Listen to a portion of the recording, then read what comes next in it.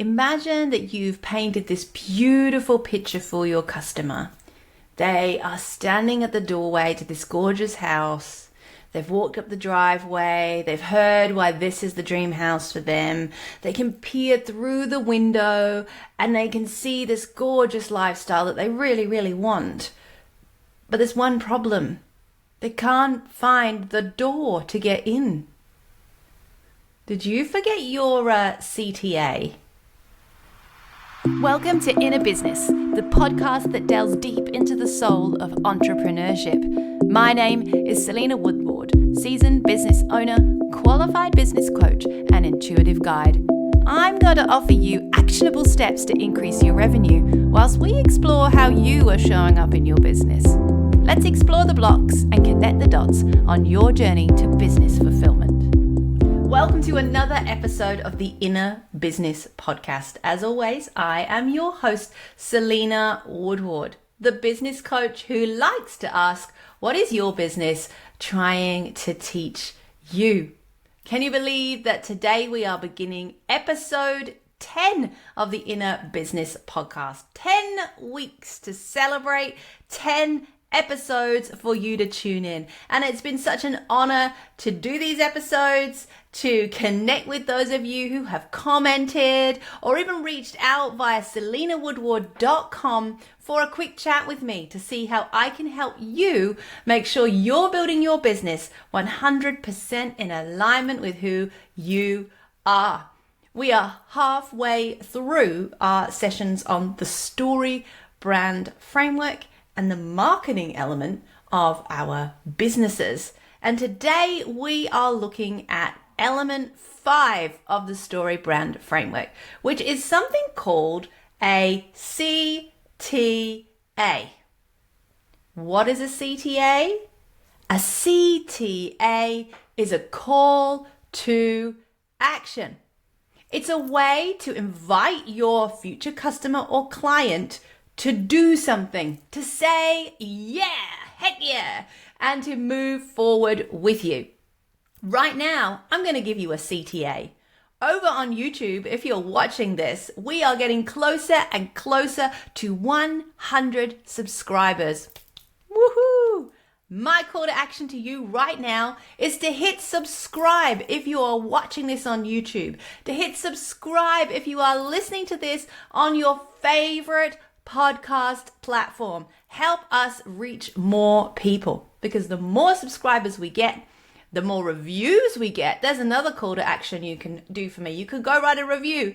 The more people we will reach.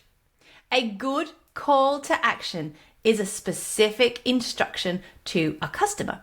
So on your website, you might have buy now, sign up. On mine, I have schedule a call with me, a free 15-minute call. What is your CTA? Hopefully, it's not something passive aggressive like learn more. Because at this point, our customer doesn't need to learn anymore. Remember, calories count. We don't want them working too hard. They have learned everything they need to know to say heck yes. So don't invite them to go and do more work. Give them a direct call to action. A CTA, a call to action, actually works a little bit like a bridge between marketing and sales. It's a way to give your customers a way through that door that I talked about in the introduction. Yeah? So where would a CTA appear on your website? So if you look at my website, selenawoodward.com, I obviously demonstrate this to you if you want to go and have a little nosy. If you look in the top right-hand corner of my website, you will see a call to action to book a call with me. You'll also see exactly the same call to action on the top of the header of the page. So where it says what I do and how I can help you, and then there's a button. And it's exactly the same button as the one up there in the top right hand corner. And what's more, it repeats constantly all the way down the page. In fact, we add a call to action wherever we have what we call a fold on the page. Now, it's a strange thing to say with a website that there's a fold, but this actually comes from the days of newspapers. Do you remember broadsheet newspapers? They were really big and you'd have to sort of hold them really wide like this. I can hardly fit myself in frame. So my dad, my granddad would have this and they would fold it in half and they'd fold it again until it was thick enough and sturdy enough to read that bit. That's the fold. It's also the way a newspaper shows on the newspaper stands. If you go and look for the Advertiser here in Adelaide, you'll see it folded in half and the headline is above the fold. As you scroll down the website, there's a fold. The fold is the bottom of the browser. So as I scroll, every time the button goes off the top, another one needs to appear at the bottom and then it keeps scrolling. Now, some people find that a little much. They might be thinking, Selena, I do not want to be so pushy. I don't want to be calling people to action with this aggressive behavior of buy now, do things. I am just not in that energy. Aren't you? Remember, inner business is all about getting you to stop and pause and check in with the stories and the beliefs you have, things that you're telling yourself. Because I'm telling you now, if you don't have a call to action, you are exactly as I described in the introduction to this podcast. You have worked really hard so far to meet your customer where they're at, to tell them that you see them, to hold space for them, to reflect back something that they can relate to and they're resonating. You've then showed yourself to be the guide on the side who is there to support them, and you've backed that up with empathy and authority. You've even broken down how they work with you into 3 easy steps. At this point, your customer is standing in front of that beautiful home, looking through the window and seeing the world that they want on the other side. They want it. They are ready to move forward. You are not pushing anything on them by making it easy for them to find the door and walk in. At this point, your customers need to be given the option. Are you wanting to work with me? Yes or no? And that can be kind of scary, right? It's like asking someone out on a date. Do you want to go out on a date? Yes or no? They could say no. And you know what? That's okay. There are many reasons why people say no. It might not be the right time. They might have a question they need to go and answer. It doesn't mean anything about you personally. So if you're thinking, I don't want to be asking them for that, I want you to take a moment to pause right now. And I want you to check in. What is that about? Is that about sales? Is that about putting yourself out there? For some of my clients, it's about understanding the technology, about what happens when they click the button. Is that what you need help with? Just take a minute. I like to sort of see where that emotion is in my body. That usually gives me clues as to what's going on. Comment below. Let us know what comes up for you. Is this a thing? Do you find this confronting?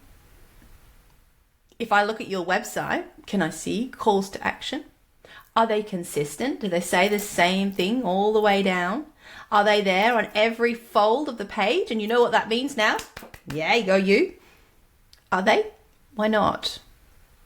If they are, excellent, good work. If they're not, then hey, there is a massive growth spot for you here. And you're not alone. In a recent workshop I did with JJ Peterson, Don Miller and the gang, we were talking about calls to action. And JJ shared that in the US, 70% of websites do not have a clear call to action.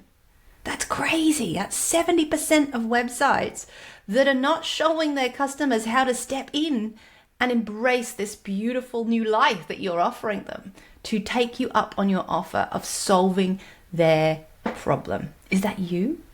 What a win this could be for you. Let me know in the comments. All right. And I want you to think about this in terms of your social media too. Many of my clients rely quite heavily on social media for their marketing, but they forget that every post should have a call to action. Whether that's to go to your website or go to your sales page, as many times as possible, don't forget to give your customers a clear signpost to the front door of that dream of theirs. So have a look at your social media posts and make sure that they have calls to action as well. Okay, because we don't want you to be one of the 70% of websites who are missing out on that beautiful, very easy opportunity. All right. Now, if, as I say, you ask them, do you want to go through the front door? Do you want to work with me with your calls to action, your CTA? If the answer is no, I have more questions, or not yet, I don't have the money in the bank, it's not a good time. All right, then we have two types of CTA. The one we've just been talking about is called a direct call to action. It literally is rallying them to move forward and make the sale, make the booking, move forward with you, okay? The other kind of CTA is called a transitional CTA. And it's transitionary because we are going to invite that customer to give us their email address in exchange for a small piece of value. Now, if you've been listening to this podcast, you know that the small piece of value is going to be something that's going to help them solve some of, or one of, or part of a problem that you have identified in your story brand. Now, there is a difference between you giving away knowledge and you giving away your services. I want to say that. I can go on YouTube and I can Google story brand like crazy. And there is a difference between just listening to me, giving away all this for free. Of course, I'm giving you value, all right? And working with me and having me coach you through this. There is a big difference. So don't be afraid of giving too much away. As long as you have a call to action, which invites them to come work with you, then it's all about relational building. It's relationship building. It is important work. It is for me. And if you're a heart-centered business owner, I know that connection and relationship are important to you too. So if your customer is going to say, I really love it, but I can't walk through the door right now, you're going to offer them something called a lead magnet. That's what we call it in marketing, a lead magnet. It's something you give them in exchange for an email address. And then you use those email addresses to just keep messaging them and checking in. Now, I want you to know there are two kinds of emails. There are sales emails and there are nurture emails. We're going to nurture them. We're going to go, hey, how are you going? Have you thought about this? How are things? Here are some testimonials from my recent customer. Why? Because when they are ready to buy and they are ready to walk through the door, they'll go in their inbox and there you will be going, do you remember me? Hi, come work with me. It doesn't have to be a yes immediately. And it's really important, I know it is to you too, to nurture and connect. So we are going to get that email address in exchange for a small piece of value. That could be like on my website, you can have a free meditation. If you've listened to some of the podcasts, there's freebies with the podcasts. Like there's a great one that everyone's loving about how to get yourself on Google Maps so people can find you if you run a local business, like a counseling service, colonic irrigation I've worked with, florists I've worked with, massage therapists, all those people who have a location that you want to put on the map. Go listen to that episode. I'll put the show notes below here. Go listen to that episode. Get that freebie. It's a small piece of value that walks you through step by step how to get yourself on Google Maps. Okay? Very different to me working with you. Still got to do it by yourself, but it's great value. And in return, I get your email address and we become friends. I get in touch with you. It's how we connect. I love it. Okay? Now, how do you feel about asking people for email addresses? Because this is another moment where you're stepping forward like you're at the disco. What am I, 1982? At the disco. And you're asking for someone's phone number effectively, right? This is a relational moment where you're going, hey, can we continue the conversation? Let's acknowledge the vulnerability that's in that moment. And just take a moment to pause and go, how do I feel about that? Is anything coming up for me about that? I'm going to ask you something. Do you put all your effort into building likes and follows on social media instead? So you may have thousands of followers or hundreds of followers on Instagram, but you don't have those followers' email addresses. Okay, now that is one way of continuing to nurture and share information. Make sure you've got calls to action on those social media posts though. Otherwise, what you're doing is giving them lots and lots of value all the time and never asking them for anything in return. Your business is a relationship. It needs to go both ways. So you can ask. You can say, hey, come download this thing. Hey, come and invest in this group coaching. Okay, whatever it is you're doing. But if you are list building, which is what we call that, where we have leads in a list, so 1,000 likes, 1,000 subscribers, whatever it is in your social media platform, and you're doing that using someone else's software and you don't get to see the contact details of those likes, those follows, I want you to bear in mind that that can be risky. Amy Porterfield, one of my great mentors, says very clearly that you need to be careful about building your business on rented land. If Facebook, Instagram, TikTok change the terms and conditions or something happens to them, there goes all your customers. So think about the value of owning the data of your clients, protecting that, and serving them through your own means. So using a platform that allows you to collect emails easily will do that for you and will give you that extra layer of protection and safety. Perhaps when you're listening to that, what's coming up is, more tech. Make a note. We can fix that, all right? We can fix that. What we cannot do is not provide opportunities for clients to move forward with you or to connect with you so you can nurture them and help them. Because I know that's what you really want, okay?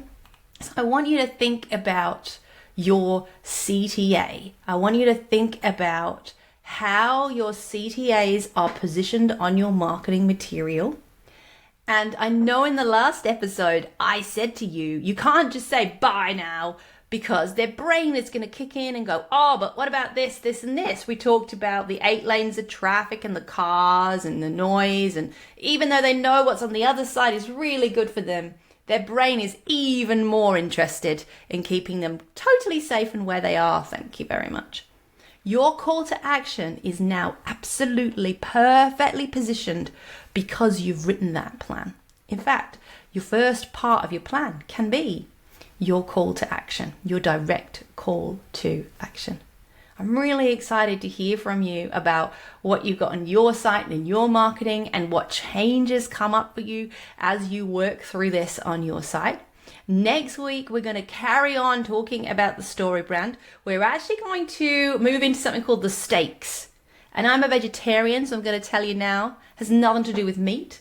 It's more what's at stake for your customer if they don't move forward with you, and what's going to be at stake if they do move forward with you. Really painting the picture of the pros and cons. It's like a matrix moment. The blue pill or the red pill. We're going to talk about that in our next episode of Inner Business. Please make sure you just take a moment to tune in to anything that came up for you in this episode, particularly around the email address and those direct calls to action. As always, you're welcome to reach out to me if you want to have a quick chat or comment below this video. That's it for this week. But in the meantime, keep building your beautiful businesses and do so in a way that makes it 100% authentically your purpose. I will see you this time next week for the Inner Business Podcast. Take care.